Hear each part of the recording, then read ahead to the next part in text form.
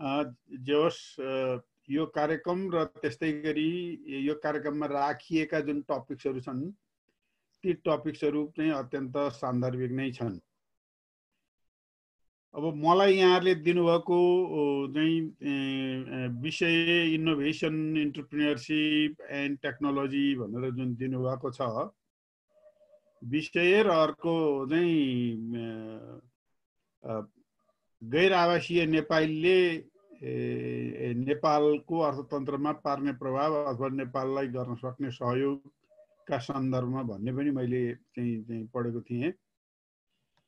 अब त्यही विषयमा रहेर म थोरै आफ्ना कुराहरू राख्न चाहन्छु। यो चाहिँ खास गरी नेपालको संविधानले के व्यवस्था गरेका छ, अहिले हामी 15औं पञ्चवर्षीय योजना लागू गर्ने क्रममा छौँ, त्यसले के व्यवस्था गरेको छ र समग्रमा सरकारले अहिले के गर्न खोज्दैछ, कसरी अगाडि बढिरहेको छ भन्ने बारेमै म यहाँ कुराहरू राख्न चाहन्छु। सबभन्दा पहिले त अब यो अहिलेको जुन अन्तर्राष्ट्रिय महामारी छ, यो महामारीबाट यहाँहरू सुरक्षित हुनुहोला, सुरक्षित भइराख्नु भएको छ भन्ने नै म आशा गर्दछु र त्यसले नेपालको अर्थतन्त्र लगायत नेपालको सम्पूर्ण दैनिक जनजीवनमा अत्यन्त ठुलो प्रभाव पारेको स्थिति छ। मृत्युको हिसाबले तुलनात्मक रूपमा साह्रै धेरै माथि गइसकेको स्थिति होइन, तर पनि क्रमशः त्यो उकालो लागिरहेको स्थिति छ। त्यसले अर्थतन्त्रमा पनि निकै गम्भीर असर पारेको स्थिति देखिन्छ। अर्थतन्त्रमा पारेको असर पनि डेभलप्ड इकोनोमीको हिसाबले चाहिँ अलि छैन र अर्को हाम्रो यो आर्थिक वर्ष साउनबाट सुरु हुने हुनाले 2 आर्थिक वर्षमा अहिलेसम्मको पिरियड बाँडियो। त्यही कारणले गर्दाखेरि पनि लगातार एकै खालको चाहिँ त्यो अब नदेखिने भयो। अघिल्लो आर्थिक वर्षमा चाहिँ अब हामीले लगभग 8.5% को आर्थिक वृद्धि दरको परिकल्पना गरेका थियौँ। 15औं योजनाले त्यही भनेको थियो। त्योभन्दा अगाडिका 2 वर्षहरूमा लगातार हामीले 7% हाराहारीको आर्थिक वृद्धि दर प्राप्त गरेका थियौँ र त्यही हिसाबले अब 8.5% अलिकति मेहनत गर्यो भने जान सकिन्छ भन्ने हिसाबले 8.5% को आर्थिक दर परिकल्पना गरेका थियौँ। तर चैतदेखि सुरु भएको, किन चैत वैशाख जेठ मूलत हाम्रो यो पुँजीगत खर्च गर्ने सरकारको र अरू इकोनोमिक एक्टिभिटीहरू पनि अलि बढी हुने समय भनेको चैत वैशाख जेठ हो। त्यही बेलामा लकडाउन सुरु भएको कारणले गर्दा अर्थतन्त्र निकै कमजोर हुन पुग्यो। कमजोर यस अर्थमा नेगेटिभ चाहिँ गइहाल्दैन कि भन्ने हामी आशामा छौँ।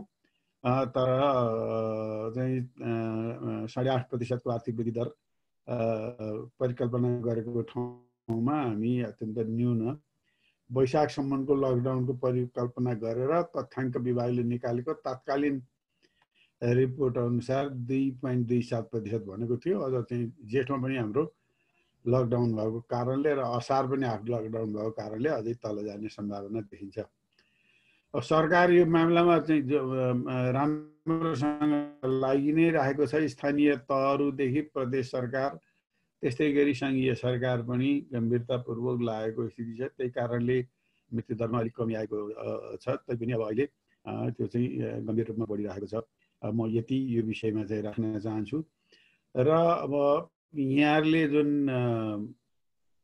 गैर आवासीय नेपालीले नेपालको अर्थतन्त्रमा पार्न सक्ने प्रभावका सन्दर्भमा राष्ट्रिय योजना आयोगले के आकलन गरिरहेको छ, कसरी सोचिरहेको छ भन्ने जुन चाहिँ जिज्ञासा जाहेर गर्नुभएको छ, म पहिले त्यो विषयमा जान चाहन्छु। संविधानले नै हामीलाई गैर आवासीय नेपालीहरूलाई पनि नेपालको विकासको प्रक्रियामा समावेश गर्नु भनेर आदेश दिएको छ। अब त्यही अनुसार संविधानको चाहिँ विभिन्न नीतिहरूमध्ये गैर आवासीय सम्बन्धी नीतिलाई पनि त्यहाँ राखेको देखिन्छ। खास गरी विकाससँग सम्बन्धित विषयमा गैर आवासीय क्षेत्रलाई पनि समेटेर लिएर जानु भन्ने संविधानले व्यवस्था गरेको छ र त्यही अनुसार हामीले 15औं योजना निर्माण गरिराख्दा 15औं योजनामा गैर आवासीय नेपाली नेपालको विकासको सहयोगी शक्तिका रूपमा रहनेछन् भनेर हामीले आशा गरेका छौँ। यस अर्थमा गैर आवासीय नेपालीहरूले अत्यन्त महत्त्वपूर्ण योगदान नेपाललाई दिन सकेको देखिन्छ। चाहे त्यो नलेज ट्रान्सफरको हिसाबले होस्, चाहे त्यो अरू कुनै प्रविधि ट्रान्सफरको हिसाबले होस्, चाहे त्यो पुँजी ट्रान्सफरको हिसाबले होस्, अथवा मार्केट खोज्ने हिसाबले होस्, अथवा अरू कुनै प्रकारले होस्, गैर आवासीय नेपालीहरूले नेपालको विकासमा सहयोग गरि पनि रहेका छन् र गर्न सक्ने अत्यन्त धेरै ठाउँहरू छ। अहिले तत्कालमा हामीले त्यही नै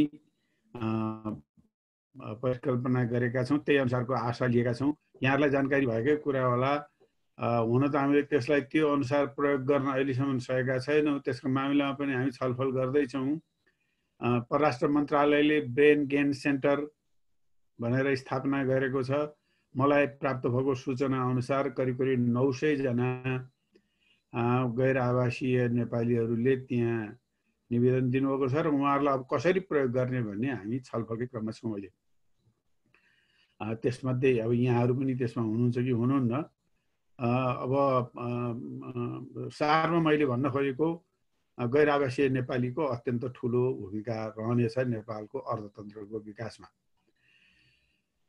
15औं योजना हामीले निर्माण गरेर 1 वर्षको अवधि बिताइसकेका छौँ र यो 15औं योजनामा हामीले केही नयाँ इनोभेसनहरू ल्याएका छौँ।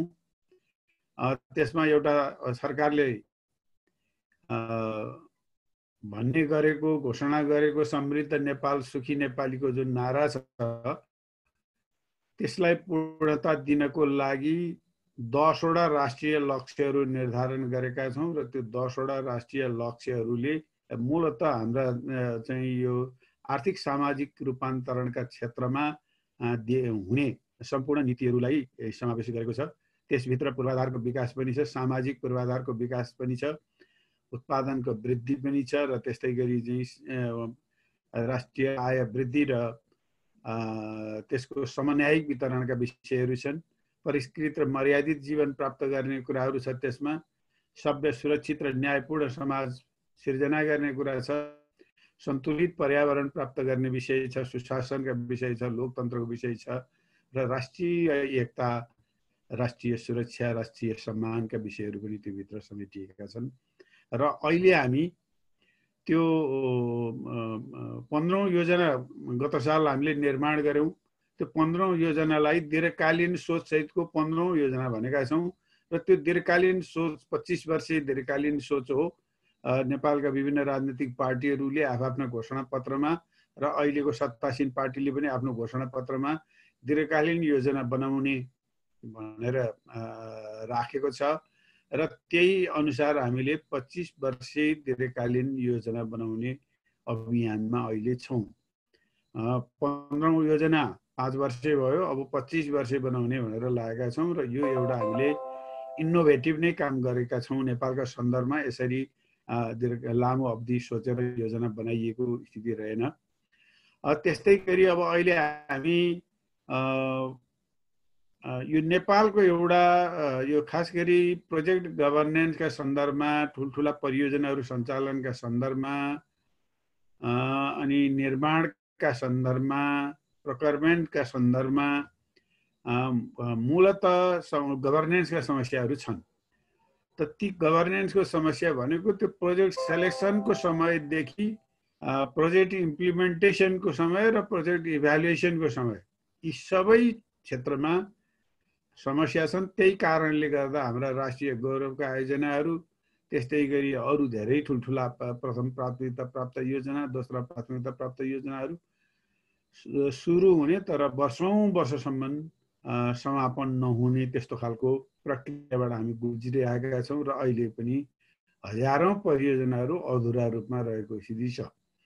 यो चिजलाई पनि अब यो समस्यालाई न्यूनीकरण गर्दै लिएर जानुपर्छ भनेर राष्ट्रिय योजना आयोगले अहिले यो परियोजना ब्याङ्कको अर्को एउटा इनोभेटिभ कन्सेप्ट चाहिँ सुरुवात गरेको छ, जुन परियोजना ब्याङ्कले परियोजनाहरू सबभन्दा पहिले परियोजना ब्याङ्कमा लिस्टेड हुनुपर्छ र त्यसमा अध्ययनको चरण, विश्लेषणको चरण र कार्यान्वयनको चरण हुनेछ। एकैचोटि कार्यान्वयनमा जाँदैन कुनै पनि परियोजनाहरू। पहिले त्यो सुरुवात भइसकेपछि अध्ययन गर्ने, विश्लेषण गर्ने र त्यसपछि मात्रै कार्यान्वयनमा जाने भन्ने हिसाबले परियोजना ब्याङ्कको कामलाई हामीले अगाडि बढाइरहेको स्थिति छ। यो एउटा इनोभेटिभ काम छ। त्यस्तै गरी अब पहिले हामी राष्ट्रिय गौरवको आयोजना भनेर भन्ने गरेका थियौँ। 22 वटा भौतिक पूर्वाधारसँग सम्बन्धित राष्ट्रिय गौरवका आयोजनाहरू हामीले परिचालन गरिरहेका थियौँ भने अहिले 15औं योजनामा रूपान्तरणकारी आयोजना भनेर 18 वटा अरू पूर्वाधार र सामाजिक क्षेत्र दुवैलाई समेट्ने गरेर चाहिँ कार्यक्रमहरू र आयोजनाहरू सञ्चालन गर्ने लक्ष्य लिएका छौँ। जसमध्ये प्रधानमन्त्री कृषि आधुनिकीकरण कार्यक्रम जस्ता कार्यक्रम भनौँ, राष्ट्रपति महिला चाहिँ विकास कार्यक्रम छ। त्यस्तै गरी सार्वजनिक शिक्षा सुदृढीकरण कार्यक्रम छ। त्यस्तै गरी प्राविधिक शिक्षा प्रबलीकरण कार्यक्रम छ। सहरहरूको विकास सम्बन्धी कार्यक्रमहरू छ। डिजिटल नेपाल फ्रेमवर्क भनेर यो नेपाललाई सूचना प्रविधिमा चाहिँ अगाडि बढाउनको लागि बनाइएको एउटा कार्यक्रम छ। यस्ता खालका थुप्रै कार्यक्रमहरू हामीले ल्याएको स्थिति छ र यी सबै चाहिँ कार्यक्रमहरू पुरा गर्नको लागि चाहे त्यो 15औं योजना होस्, चाहे त्यो 25 वर्षीय भिजन होस्, यी सबै पुरा गर्नको लागि गैर आवासीय नेपालीहरूको अत्यन्त ठुलो भूमिका छ। खास गरी म के पनि अहिले अनुरोध गर्न चाहन्छु भने यहाँहरूले 15औं योजनाको डकुमेन्ट वेबसाइटमा हेर्न पाउनुहुन्छ। वेबसाइटमा हेरेर त्यहाँ चाहिँ 25 वर्षीय दीर्घकालीन सोचको एउटा अवधारणा छ। त त्यो अवधारणा यहाँले हेर्न सक्नुहुन्छ र त्यो हेरेर त्यसका आधारमा त्यसलाई हामी पूर्णता दिने र अर्को डकुमेन्टको रूपमा त्यसलाई प्रकाशन गर्ने हिसाबले यो आर्थिक वर्षमा अगाडि बढेका छौँ। यहाँहरूले त्यसमा के कन्ट्रिब्युसन गर्न सक्नुहुन्छ? थीमेटिक एरिया, आफ्ना थीमेटिक एरियाभित्र रहेर म यहाँहरूलाई आह्वान पनि गर्न चाहन्छु। त्यसमा कन्ट्रिब्युसन गर्ने कुरालाई ध्यान दिनुभयो भने संसारभरिका यहाँहरूको नेटवर्किङभित्र रहनुभएका बुद्धिजीवीहरूलाई परिचालन गर्नुभयो भने नेपाल चाहिँ अनुग्रहित हुन्छ।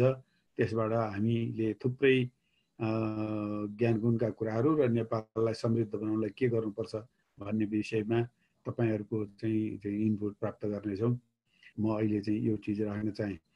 अब समग्रमा इनोभेसन, इन्टरप्रेन्योरसिप र टेक्नोलोजीका विषयमा कुरा गरिराख्दा अब संसारको चाहिँ जुन देशहरू अगाडि गए, आज विकासका पथमा अगाडि छन्, अगुवा देशका रूपमा रहेका छन्, ती सबै देशहरू कुनै न कुनै रूपमा इनोभेसन, इन्टरप्रेन्योरसिप, टेक्नोलोजी यसमा अगाडि भएकै कारणले गर्दा त्यो ठाउँमा पुगेका हुन्।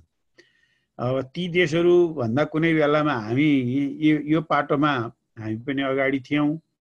हामीले इतिहास पढ्दाखेरि चाहिँ अरिङ्गाल लगाएर चाहिँ बेलायती फौजलाई चाहिँ धपाएर राष्ट्रिय एकता कायम गरेको अथवा कायम राखेको, राष्ट्रिय स्वाभिमानलाई कायम राखेको भन्ने इतिहास पढेका छौँ। यस्ता इनोभेटिभ आइडियाहरू हामीसँग प्रशस्त मात्रामा थियो। तर पछिल्लो अवधिमा हामी अलिक कमजोर भएको स्थिति रह्यो, निरन्तर हाम्रा सङ्क्रमणकालका कारण र चाहिँ हाम्रो शिक्षा प्रणाली लगायत अरू धेरै विषयहरूले यसमा प्रभाव पारेको स्थिति रह्यो। र अब त्यसलाई फेरि माथि लैजानुपर्छ भन्ने कुरामा राष्ट्रिय योजना आयोग, नेपाल सरकार कन्भिन्स छ। त्यही हिसाबले 15औं योजनामा विभिन्न कार्यक्रमहरू राखिएको छ। हुन त कार्यक्रम राख्नु त्यति ठुला कुरा होइन, कार्यक्रम हिजो पनि राख्ने गरिएको थियो, तर त्यसले खास प्रभाव पारिरहेको स्थिति रहेन हिजो पनि। तर यसलाई अलिक प्रभावकारी हिसाबले सञ्चालन गर्ने हामीले चाहना राखेका छौँ र त्यही अनुसार अगाडि बढेका छौँ। अहिले हामीले यो सुरुवाती पुँजी भनेर 50 करोड रुपियाँको एउटा कार्यक्रम अगाडि बढाएका छौँ। सम्भवतः अब यो केही समयपछि हामी त्यसलाई वितरण गर्छौँ। अब विदेशबाट फर्केका रोजगारीमा लाग्न चाहने नेपालीहरूलाई विशेष हिसाबले ट्रिटमेन्ट गर्ने भनेर सुविधापूर्ण ऋण उपलब्ध गराउने कामहरू गरेका छौँ। अब त्यस्तै गरी अनुसन्धान र विकासका कामहरूलाई अलिक बढी जोड दिनुपर्छ भनेर त्यसको लागि अलि त्यो फन्ड अलि बेग्लै हिसाबले लिएका छौँ र राष्ट्रिय योजना आयोगले त राष्ट्रिय अनुसन्धान नीति पनि बनाउने भनेर हामी अगाडि बढिरहेको स्थिति छ। त्यस्तै गरी अरू थुप्रै कुराहरू इनोभेटिभ हिसाबले अगाडि बढाउन हामीले चाहेका थियौँ, अगाडि बढी पनि राखेका थियौँ, तर यो अब अहिलेको चाहिँ कोरोनाको कारणले गर्दा त्यसमा केही समय चाहिँ ब्रेकडाउन लाग्ने स्थिति देखियो।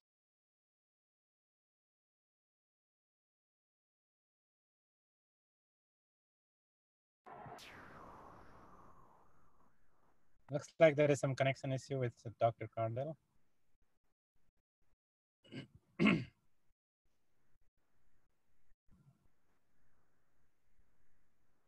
Dr. Cardell, do you hear us? There is some connection issues.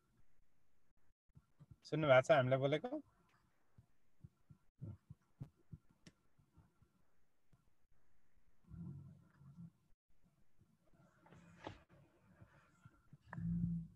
उहाँ डिस्कनेक्टेड हुनुभयो क्यारे, हामी फेरि उहाँलाई अरू अहिले उहाँको एकछिन आउनुभयो फेरि ल।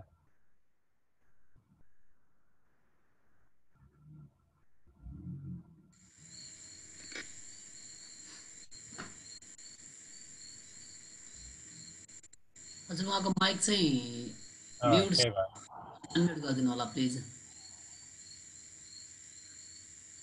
विकसित देशहरूको टेक्नोलोजी त्यहाँको चाहिँ ज्ञान नेपाललाई भित्र्याउनलाई राष्ट्रिय योजना आयोगलाई पनि सहयोग गरिदिनु होला। हामीले राष्ट्रिय योजनाको वेबसाइटमा पनि अहिले विभिन्न सूचनाहरू पनि जारी गरेका छौँ, ती चिजहरू अध्ययन गर्छौँ र यही कोभिडकै सन्दर्भमा पनि भोलि हामीले एउटा स्टडी राष्ट्रिय योजना आयोग आफैले कोभिडले नेपालको अर्थतन्त्रमा के असर पार्यो भनेर 4 महिनाको डेटालाई लिएर चैत वैशाख जेठ असार 4 महिनाको डेटा लिएर एउटा अध्ययन गरेका छौँ र त्यो करिब अन्तिम स्थितिमा पुगेको छ। त्यसले समग्र रूपमा दिनेछ। अब योभन्दा बाहेक अब अरू विषयहरू यहाँहरूले सेयर गर्न कुनै चाहनुहुन्छ चाहिँ नेपालसँग भनेदेखि राष्ट्रिय योजना आयोगसँग सेयर गर्नको लागि हामी जहिले पनि तयारै छौँ। अब नेसनल पोलिसी इन्स्टिच्युट एनपिआई सँग हाम्रो बेला बेलामा छलफल हुने गरेको छ र त्योसँग एउटा एमओयू गरेर जाने भन्ने पनि समझदारी पनि भएको छ। त्यस सन्दर्भमा यहाँहरू कतिको चाहिँ जानकार हुनुहुन्छ त्यो मलाई थाहा भएन। जे होस् म अन्तिममा अब धेरै नलम्ब्याइकन अन्तिममा मलाई आमन्त्रण गर्नुभयो। थोरै नेपाल सरकारको पर्सपेक्टिभबाट गैर आवासीय नेपालीहरूको नेपालको विकासमा हुने भूमिकाका सन्दर्भमा केही कुराहरू राख्ने अवसर दिनुभयो। हामीले धेरै आशा गरेका छौँ गैर आवासीय नेपालीहरूबाट। म यति नै भन्दै आफ्ना कुराहरूलाई यहीँ नै टुङ्ग्याउन चाहन्छु र धन्यवाद पनि दिँदै नमस्कार पनि भन्न चाहन्छु। हस्, नमस्कार। धन्यवाद सर। तपाईको एकदमै कार्यव्यस्तताका कारण पनि हामीलाई समय दिएर नेसनल प्लानिङ कमिसनका विचारहरू, यसको थट्स, यसले एक्सपेक्ट गरेका एनआरएन हामी नेपालीहरू संसारभरि छरिएका नेपालीहरूसँग गरेको एक्सपेक्टेसन्सहरू सेयर गर्नुभएकोमा पक्कै पनि तिनीहरू इन्करेजिङ छन्। जे काम भइरहेको छ तिनीहरू पनि कति हदसम्म हामीलाई नयाँ लागे, इनोभेटिभ लागे। जस्तो लङ टर्म प्लानिङको कुराहरू गर्नुभयो, लङ टर्म भिजनका कुराहरू गर्नुभयो। अनि म धेरै समय लिन चाहन्न। म एउटा सामान्य क्वेसनबाट सुरु गर्छु अनि अरू साथीहरू कसैसँग केही क्वेसन भए अडियन्सबाट, प्यानलिस्टबाट पनि सोध्नु होला। हामी 5 मिनट जति त्यसमा खर्च गर्छौँ। एउटा चाहिँ यो धेरै फर्महरूमा नेपालमा रिसर्च एन्ड डेभलपमेन्टमा चाहिए जति इन्भेस्टमेन्ट छैन। अब बजेट, टोटल बजेटको सर्टेन पर्सेन्टेज खर्च गर्ने चलन हुन्छ धेरै देशहरूमा, 1% 2% जे हो। हाम्रो नेपालको बजेटमा त्यस्तो प्र्याक्टिस अलि छैन भन्ने सुन्छु आउटसाइडबाट। मलाई ठ्याक्कै नम्बरहरू याद छैन। के छ हजुरको सेयर गर्नुपर्ने यसमा? के कति खर्च गरिरहेका छौँ हामी र त्यो सफिसियन्ट छ कि छैन? त्यस्तो ठ्याक्कै निकालेको हिसाब किताब निकालेको स्थिति छैन। तर यहाँले जे कुरो भन्नुभयो त्यो सही नै हो।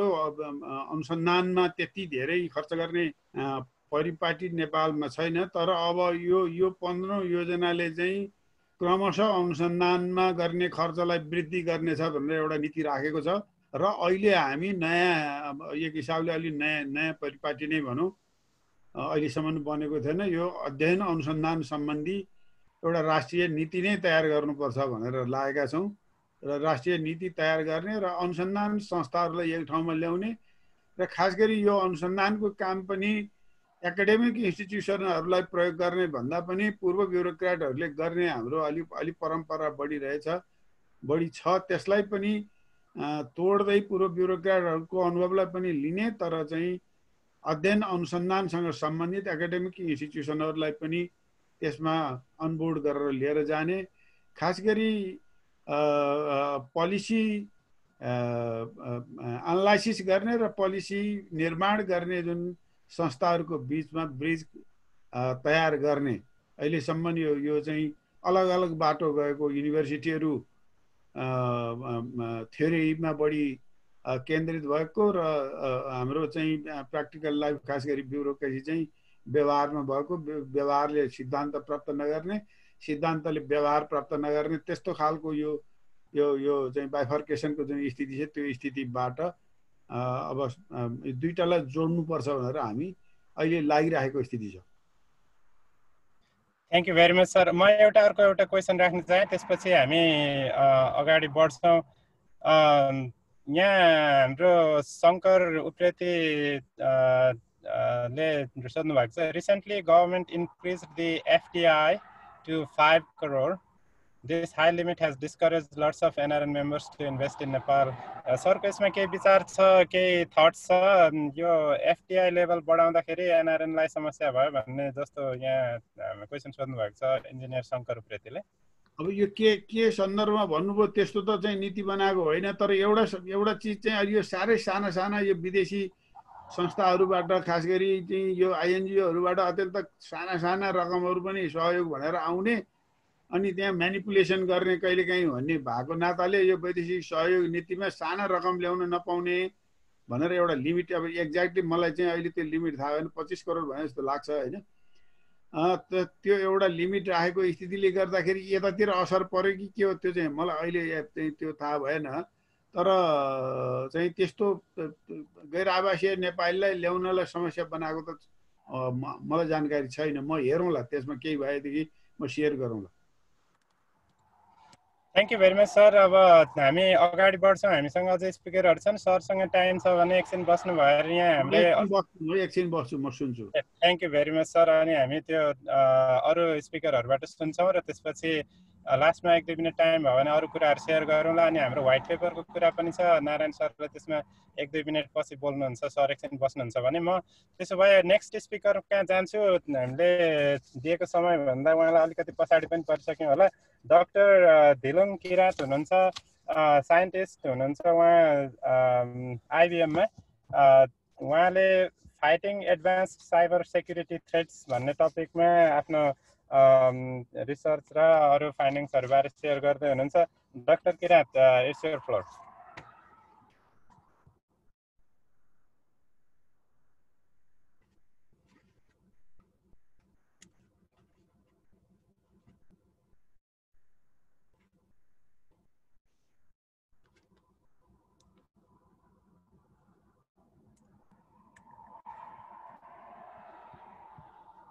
तपाईलाई सुनिरहेको छैनौँ हामी, म्युट हुनुहुन्छ या अरू कुनै तरिकाले।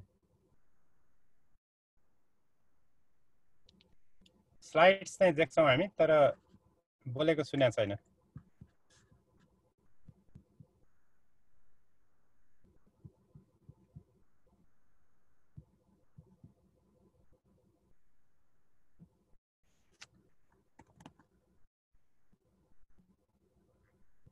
ITS-मा केही उहाँले बोलिराख्नु भएको छ। ए मैले मात्रै नसुने हो? होइन सर, मैले भन्न खोजेको मैले क्वेसन चाहिँ हो। सायद उहाँले आफ्नो हटाएर कुरा गर्नु भयो भने सुन्न सकिन्छ कि कुनै बेला त्यसमा पनि इस्यु हुन्छ जेनरली। तपाईँ लाग्छ मलाई ब्लुटुथबाट जोडिराख्नु भएको त्यसलाई ओपन गरेर गर्नु भयो भने चाहिँ सुनिन्छ कि कुरा छ। के हो?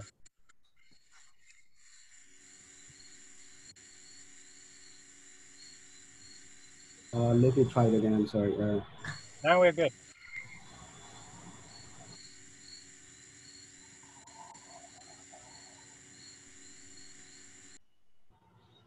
Always technical problems.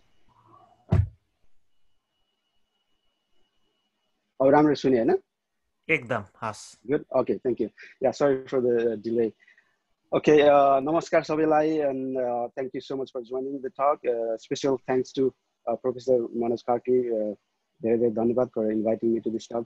So today I'll be talking about fighting advanced cybersecurity threats.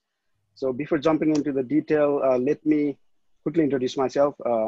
I'm a research scientist at IBM Research, IBM Research headquarters at T.J. Watson Research Center, located in New York, a little bit away from the busy city. Nice place to think. And actually, this is one of the very few industry research that still does pure academic research, which I'm really proud of. Here, mainly, my research focuses on intersection between AI and cybersecurity and some ethical hacking research, like AI-powered security analytics, AI-powered attacks, that I'm going to talk a little bit later in this talk. And regarding my roots, I'm PhD I did from University of California, Santa Barbara. I did here. I also did some, organization hacking competitions. One of the largest hacking competitions in the world with the team Selfish hacking team. So it's almost considered as a hackademia. There's also the hacking as well as the academic research equally prioritized. So about my roots, I'm originally from Sana Mazua, Bhojpur, Nepal. I grew up there until I finished my high school. All right, so with that, let me jump into today's story, which is the cybersecurity. And like many stories, this story also have like two characters, the good guy and the bad guy. In our case, we like to, take them as, good guys are the white hat hackers and bad guys are the black hat hackers. And there's always this constant arms race between these two people. And there's also the middleman, like in the gray hat hackers, they try to, play in both courts and make things complicated. And I myself consider myself as the white hat hackers. But to be a white hat hacker, you also need to know the tricks of the that black hat hacker, so that you know exactly how to defend things. So this dynamics actually create this interesting world of digital world where a lot of the analogy also becomes applicable from the natural world. For example, the concept of personal hygiene is there. You have to be very diligent about avoiding pathogens, and the same thing applies to this digital world. You have to be very mindful of your actions in the digital world, and pathogens in natural world also evolves, and the same thing happens here in the digital world. Actually, it happens really fast. We've seen COVID-19 is one example of exponential growth. It's a vivid example, but in cybersecurity world, this kind of exponential growth we see quite often. The scale and the velocity of attacks become like within days, so we have to react. So this scalability discussion actually takes us to another area of cyber hygiene, which is the industrial cyber hygiene, right? We hear often big, high-profile data breaches, and this is actually fueled by, huge underground economy out there. Actually, cyber attack is considered one of the fastest growing crime in US, and it's the estimate is like $6 trillion cost by 2021. So these activities are actually globally diffused, financially driven, and we need to really know exactly like how they're attacking. But industry cyber hygiene is one level, but there's also even a higher level of cyber hygiene, which is the national cyber hygiene level, which I think is more relevant in this particular group. That when we heard earlier that Nepal is moving into the digital Nepal framework, and there's a whole issue of nation state actors actively looking around, getting their upper hand. We have big neighbors, nation state. They are very active in this area, so we have to be very vigilant. And as we move more and more into technology-based solutions, I think it becomes more important. And there's all the issue of, you know, citizen privacy when the, you know, companies are collecting data, PII, personally identifiable information data. So how do you deal with that? There's the whole policy issues, also infrastructure issues, also the social network related issues, you know, cyberbullying, misinformation, and all these things. I think it's very important that we take it seriously and start dealing with in the policy and in infrastructure level. But today I'm going to focus a little bit into the technical side, and all these attacks, if you look into that, usually they use the help, take the help of, you know, the malware, which is also known as, you know, the computer virus back in the days, or malicious software. And, you know, starting from the PC era, they are starting to attack to, you know, even higher level, like the smartphone, smart cars, sometimes a nuclear centrifuge, you know, biomedical devices. Even there's a whole new area that's attacking AI models, adversarial machine learning. And sometimes, you know, they take different forms, like, you know, trying to influence the, you know, social discourse in the internet and trying to affect the ballot boxes, sometimes actively attacking the electronic voting machines.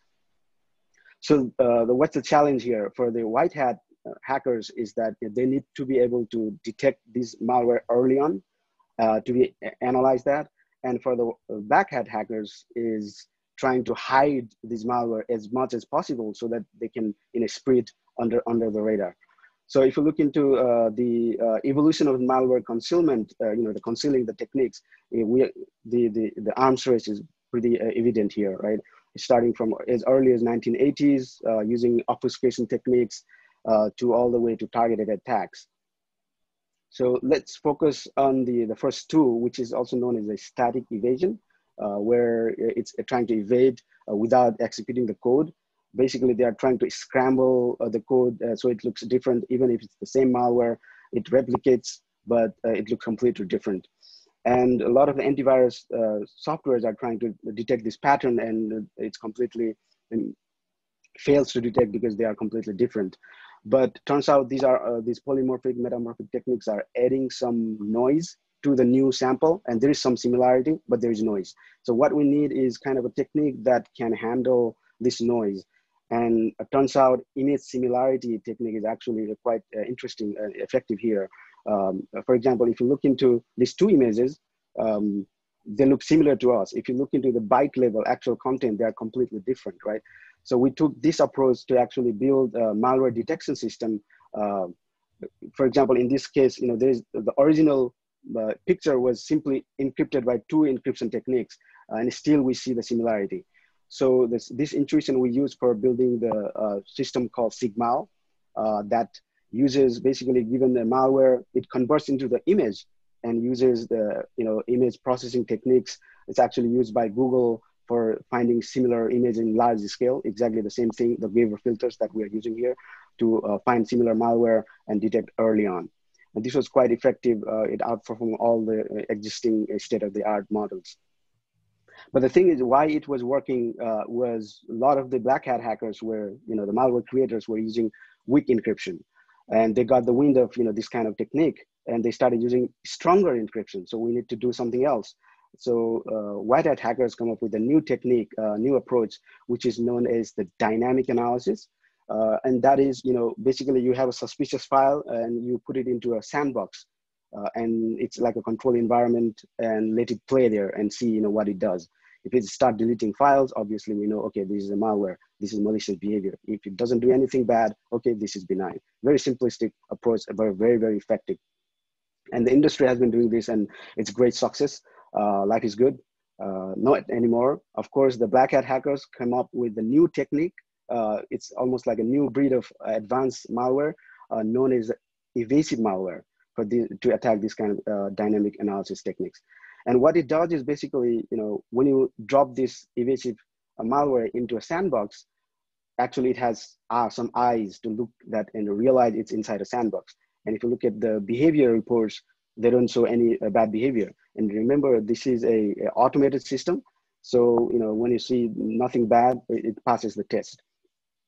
So sometimes I like to, you know, think this as kind of a disease, you know, when you are affected and you visit a hospital, turns out, the disease knows you are in hospital and it stops showing all the behavior or symptoms. And as soon as you go back home, then again, it starts to attack you.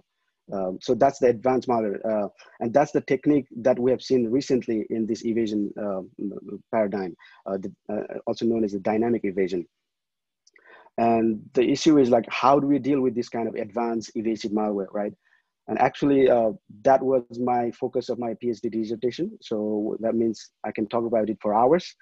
But for today's talk, I'm going to focus one work, the Malgene, which is able to automatically detect this advanced evasive malware. And not only that, it's also able to identify, how it's evading. The trigger analysis, trigger of evasive malware is also it's able to detect. And the high-level idea is that, when these malware are trying to evade, they have to ask this question, right? Am I in a sandbox? And that very act of asking the question whether I'm in a sandbox is already suspicious, because normal program, they don't do that. They don't care if they are running in a VM or running in a debugging environment, but these specific malware, they do that. So using that, we are able to identify and also extract the feature. So the approach is basically converting this behavior report into what we call the behavior sequence. It's almost like a DNA sequence of all the events constituting millions of events. And we use some bioinformatic related algorithms to compare the sequences of events to find what we call the evasion signature that identify the evasive malware. And what we're seeing here in the right is actually a cluster of this kind of similar techniques used by different malware, evasive malware. All right. So if we look into the evasive malware, this is interesting, right? So it's looking at the sandbox and not doing anything bad, and which ultimately is a good thing, right? Because if the malware is not doing anything bad, can we actually leverage this, the behavior to our advantage? So for that, to answer that question, we build a system called Scarecrow. It's almost like a vaccine for evasive malware. And how it does is basically, how it works is, you have a behavior report and you convert it into behavior sequences, as I mentioned earlier, and extract the evasion signature. And from that, what we can extract is evasion artifacts. And these are the things the malware is looking for to identify whether a system is a sandbox or not. And in turn, what we can do next is that we actually implant this evasion artifact into a normal user's machine, like your laptop, for example. And whenever the evasive malware is trying to attack your laptop, it sees this artifact and thinks, oh, this is a sandbox. So it stops doing anything malicious. So this way we're able to, deactivate a lot of evasive malware, large number of evasive malware. All right, so this is, what we see all the, the arms race from obfuscation to targeted attacks, but it's 2020. So what's next, right? And to answer this question, sometimes we, white hat hackers need to be inside the skin of the black hat hackers, trying to think, what next it could be possible. And this actually helps us prepare for, the future attacks and building the future defenses. And if you look into this image, all of these techniques have an encryption key in their malware. There are different keys, but it's always there. And if a manual analyst is looking into that, trying to dissect this malware, they will figure out this key and decrypt the payload and figure out exactly what the malware is going to do if it runs, right? So we thought, what if we build a system malware that doesn't have a key at all, right? Instead, we actually embed a key maker that knows exactly how to make the key and how to not make a key or fake a key. And with the power of AI, we are able to do that. That's the AI locksmithing. And how it works is basically, given any benign application like, video conferencing app, the one we are using right now, the Zoom app, right? And it can be combined with any existing malware or some payload, a specific payload crafted for the target. And you need target attributes like, the face of a person. And it can combine into a benign looking malware. And that will act normal everywhere. You can distribute and everywhere, and everyone is using Zoom, everything works fine. But until it reaches the target and sees the face in the video stream, then actual malware is extracted, decrypted, extracted, and deployed. So that's the high level approach. To get a little bit of detail, I don't know how much time I have. If I have some time, a little bit of detail here is, if you look into the traditional targeted attacks, basically it's very simple. It's asking this question: is it a target? If it's no, it just ends, and if it's yes, it executes the target, right? With the AI, what we're able to do was actually convert this decision-making process into a AI model, and it becomes very complex. And the learned features in the neural network are not interpretable. We know how it works, but we don't know. We know it works, but we don't know how it works because it's just bunch of numbers, and it's very hard to decipher this. And that's the key to hiding the decision-making logic here. And not only that, the DeepLocker also actually hides the key. So the output of this, the DNN model is actually a key that decrypts the malware, right? So until you don't know exactly, what it's looking for, the proper input, you will never get the key, and the payload is always hidden or concealed. So from high level, there are 3 layers of concealment. The target class concealment. What that means is, it doesn't reveal what it's looking for. It's maybe looking for a face, maybe looking for an organization, maybe looking for some obscure, the object. Even if we guess that, 2 minutes, the target class is not revealed. Like, if you guess that it's looking for a face, it doesn't know exactly who is looking for. Just by looking at the DNN model, you can't find that. And ultimately, it's concealing the malicious intent. That's the ultimate mission of the malware. It's completely concealed, and even the manual analysis is active. They won't be able to, figure out what's going on here. So finally, I would like to point out 3 takeaways here. Obviously, the cybersecurity is a continuous arms race, and the rapid democratization of AI has made AI attacks an imminent threat. And DeepLocker is a demonstration of the potential of AI-embedded attacks. And it's just a demonstration, actually. There could be different, other techniques, and we haven't seen yet, but we never know if there's already out there that we don't know. Because as we know, the Stuxnet, one of the malware that was attacking Iranian nuclear centrifuge, was only detected in 2010, but it was apparently around since 2007, completely undetected, and it was developed around 2005. So there's 5 years of gap before it was detected, right? But the exercise like DeepLocker allows us to look forward into the future and build techniques to defend these things before they appear in the wild. All right, so with that, I conclude my talk. Thank you, and maybe some questions. Thank you very much, Dr. Kirat. A wonderful presentation. We heard today 2 completely different kinds of pandemics, biological and cyber related. Yeah. And solutions around those. The wonderful scientists here from Sunita ji earlier and Dr. Kirat here. Again, thank you very much for your presentation, and you kept it within 20 minutes. Wonderful, without any efforts. I had to speed up, but yeah. Now, one quick question. How do you have any insights or thoughts? के विचार share गर्न चाहनुहुन्छ यो तपाईको research टेक्नोलोजिजहरु नेपालको कन्टेक्स्टमा कसरी fit हुन्छ, कसरी अप्लाई गर्न सकिन्छ? So अलिकति मैले I like that, try to touch upon the context of national cybersecurity, right? अब हामीले एकदमै यो डिजिटल फ्रेमवर्कमा जाँदै गर्दाखेरि धेरै धेरै कुराहरु सबै interrelated हुन्छ हैन? A lot of customer data coming up, so how to protect the data protection. There's a policy issues, PII, Hacktivision पनि हामीले सुनिरहेको छौं. Sometimes we hear like the large portion of government data is someone else's laptop. That sounds really scary and dangerous. If somebody is actually trying to attack the nation, they just have to attack this particular guy. So in that sense, I think the awareness is the first step, obviously, right? Awareness in the mass level, awareness in the leadership level, and then start building things, infrastructure, policy, and I think that's more relevant. A lot of my research is focused on the state-of-the-art attacks, and that Nepal may not be the target yet, but we have to be optimistic, right? Someday we're going to be a really important target. and in that case, we have to prepare early on.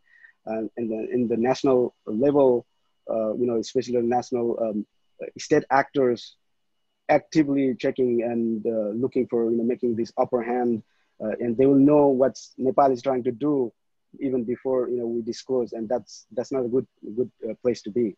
So I think in those sense, I think there is some relevance there.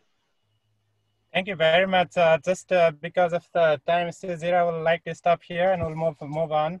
I want to take another minute here.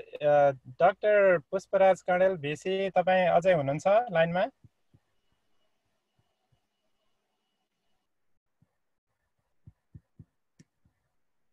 Pushpraj Kandel sir, तपाईं लाइनमा हुनुहुन्छ? लाइनमा छु अहिलेसम्म, अब छोड्नु पर्छ कि भन्ने लागेको छ। हुन्छ सर, म 1 मिनेटले हजुरको, हामीले व्हाइट पेपर बनाएका छौं यो हाम्रो सेमी कन्फरेन्स पुरै कन्फरेन्सबाट, अनि त्यसमा हामीले एउटा यहाँ सानो डकुमेन्ट क्रिएट गरेका छौं जो इमेलबाट पठाउँछौं हजुरलाई एज अ भनौं न अब अफिसियल्ली या फर्मल्ली हामीले ह्यान्डओभर गरेको रूपमा लिनु होला। यसमा म त्यो डकुमेन्टलाई क्विकली शेयर गर्छु। अनि नारायण घिमिरे सर, तपाईं केही छ भन्नुपर्ने यसमा 1 मिनेट? सरलाई हाम्रो निमन्त्रणा स्वीकारेर आइदिनु भयो, धेरै दुःख दियौं, त्यसको लागि चाहिँ धन्यवाद सर। र अनि हामीले पोहोर चाहिँ के भयो भने हामीले यो विज्ञ सम्मेलन गर्दाखेरि हामीलाई धेरै लामो समय लाग्यो योजना आयोग र अनि प्राइम मिनिस्टर अफिससम्म चाहिँ यो पुर्याउनको लागि। यसचोटि चाहिँ हामीले चाहिँ अहिले सबै चाहिँ ड्राफ्टहरू कम्प्लिट छ। हाम्रो चाहिँ यो नर्थ अमेरिकन रिजनको हाम्रो चाहिँ एक्सपर्टहरूको चाहिँ सबै कुराहरू छ। खालि त्यसमा सरहरूको कीनोट जुन चाहिँ सरहरूको चाहिँ हामीबाट एक्सपेक्टेसन हो त्यसलाई हामीले कम्प्लिट गरेपछि चाहिँ यो ड्राफ्ट चाहिँ कम्प्लिट फर्मेट हुन्छ र हामीले चाहिँ हजुरलाई फर्मल्ली नै यो थ्रु नै सबमिसन गर्न चाह्यौं भनेर सर। त्यो मैले पनि त्यहाँ अलिकति ड्राफ्ट चाहिँ गरेको थिएँ आज दिउँसो, त्यसलाई म पठाइदिउँला अब। अनि हाम्रो चाहिँ फर्मल व्हाइट पेपर सरलाई अहिले नै हामीले सबमिट गर्न खोजेको थ्रु इमेल ई-पेपर हो र? ल ठिकै छ नि त, अब त्यही त्यो पछाडि प्रिन्ट गर्नेमा मेरो कुरा राख्नु होला। हैन, यो राख्नु सर। सरलाई मैले यसमा यो स्क्रिन हेर्न पाउनु भयो भने यसलाई अलिकति मोडिफाई गरेर के बाँकी हुन्छ त्यसपछि हामी इमेलबाट पठाउँछौं। सरले यसलाई फर्मल्ली हामीले सबमिट गरेको रूपमा पनि हेरेँ, मैले